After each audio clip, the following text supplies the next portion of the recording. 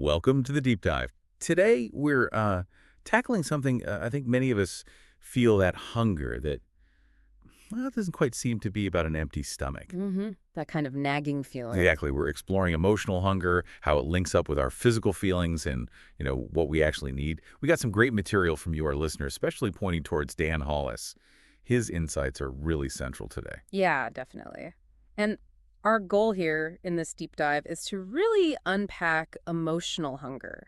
How is it different from, say, regular physical hunger? And what does it all mean, especially now with interventions like Semaglutide becoming more common? It's something everyone grapples with, right? Seeking comfort or filling some kind of gap with things that aren't strictly about needing calories. Absolutely. It's a universal thing. We usually think of hunger pretty simply, don't we? Stomach growls, maybe you feel a bit weak or shaky, Yeah. low blood sugar perhaps. That's the standard picture, yeah. Physical signals telling you to eat. But Dan Hollis, he offers a different angle, a really compelling one. He suggests emotional hunger isn't like a stomach issue fundamentally. Right. He frames it quite beautifully, actually. Calls it an need asking to be seen. A need asking to be seen. Wow, that really shifts the perspective. It does. It suggests that this urge, this craving we feel, it often comes from somewhere deeper, an unmet emotional need that's just bubbling up. So it's not about fuel necessarily. It's an emotional signal wearing a disguise, like a craving. Exactly. And that's where the confusion creeps in, you know? We might feel tired, genuinely fatigued, and think, oh, I need sugar, when actually... You just need a nap. Precisely. Or maybe you're feeling lonely and suddenly that tub of ice cream looks like the perfect companion. Or even just feeling like totally overwhelmed by noise or emails or whatever. And food feels like a quick escape, a comfort. Yeah. It's like our wiring gets crossed. We're trying to soothe an emotional ache with a physical act, eating, which ultimately doesn't fix the root cause. Hollis puts it so well. He says, emotional hunger sounds like a craving, but it's actually a question, a need asking to be seen. Makes you stop and think, doesn't it? It really does. And this brings us to a really interesting point regarding semaglutide. You know, Ozempic, Wegovy. Right, the GLP-1 agonists. Started for type 2 diabetes, but then there was this significant side effect. Weight loss.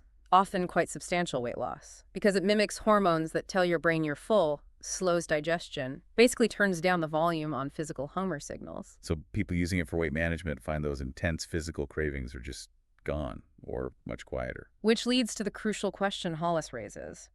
If the physical hunger noise is turned down, what happens to the emotional hunger? Does it just vanish? Or does it just sit there, maybe feeling even louder in the silence? That's the heart of it. Hollis argues semaglutide isn't in itself a solution for emotional eating. It's more like an opportunity, a pause. He has this powerful metaphor, the emotional scaffolding.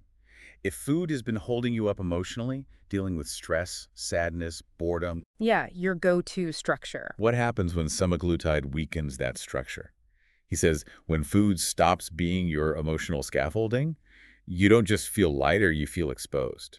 Exposed. That's a strong word. It suggests vulnerability, doesn't it? The usual coping tool isn't working the same way or isn't as appealing. So you're left face to face with the feelings themselves without the buffer of eating. Which must be, well, potentially quite confronting for people. You're suddenly in this space where you have to find other ways to manage. Right. So the drug doesn't fix the why behind the eating. It just changes the what or the how much. And Hollis sees that exposure, that discomfort even, as the starting point. Exactly. That's where the real work can begin. He says, semaglutide isn't the solution to emotional eating. It's the silence that lets you find one. The silence, No. creating space to actually hear the underlying message. Yeah. He talks about signal confusion. We've maybe learned, perhaps even from way back, perhaps childhood stuff related to attachment even, to translate emotional discomfort directly into, I need to eat. We just don't recognize the signal for what it is anymore. We don't. So his approach isn't about fighting the craving with brute force. It's about pausing, getting curious. Instead of immediately reaching for the snack or beating yourself up for wanting it. Yeah, ditch the judgment. Ask yourself gently, okay, what's really going on here? What am I feeling? What just happened? What might I actually need right now? It's a shift from reaction to reflection. Totally. And it's interesting, he's not anti-medication. He seems to view semaglutide as potentially offering this invaluable time. Time where the physical drive is quieter, Yeah. allowing space for that reflection. Exactly. A window to start rebuilding. Not just your eating habits, but your awareness of your emotional world. Developing new coping skills, maybe even digging into identity stuff that got tangled up with food. That makes sense. He distinguishes between, actual physical hunger, your body needing energy, and this signal confusion. He reframes cravings. They're not the enemy, they're messengers. Messenger's telling you something's up, Right. Carrying information about an unmet need. So instead of battling them, you listen to them. Meet the need with insight, not just impulse. which feels much more Hmm. sustainable and compassionate, really. Definitely. And it points to the fact that truly addressing emotional hunger isn't just about macros or meal plans. No, it goes way beyond nutrition advice. It requires empathy for yourself, for why these patterns developed, and it requires real self-awareness tuning in. He also mentioned something called identity disconnection. What's that about? It's this idea that sometimes if we lose touch with who we are, our values, passions, sense of purpose, food can kind of step in to fill that void. Like a temporary substitute for a solid sense of self. Yeah, or a distraction from feeling lost or empty. Maybe your identity gets wrapped up in being a foodie, or social life revolves entirely around eating. It can happen subtly. That connects to another Hollis quote you shared. You don't hold on to weight loss with discipline, you hold on to it with alignment. Alignment. That's key. It's about inner congruence, your actions matching your true self and needs, not just following external rules. So lasting change isn't just stopping the eating, it's changing the story behind the eating. You got it.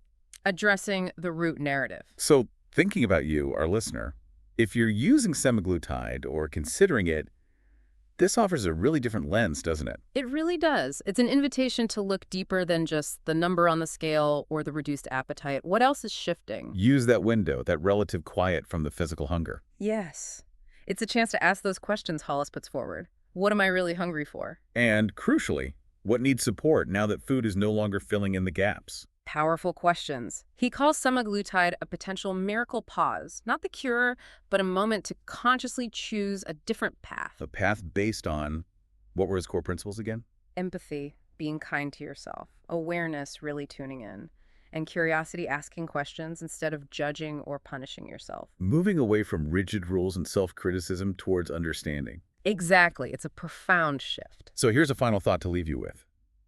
When one kind of internal noise, like constant physical hunger, gets quieter, what other signals, what other needs or feelings might you start to notice in that newfound quiet?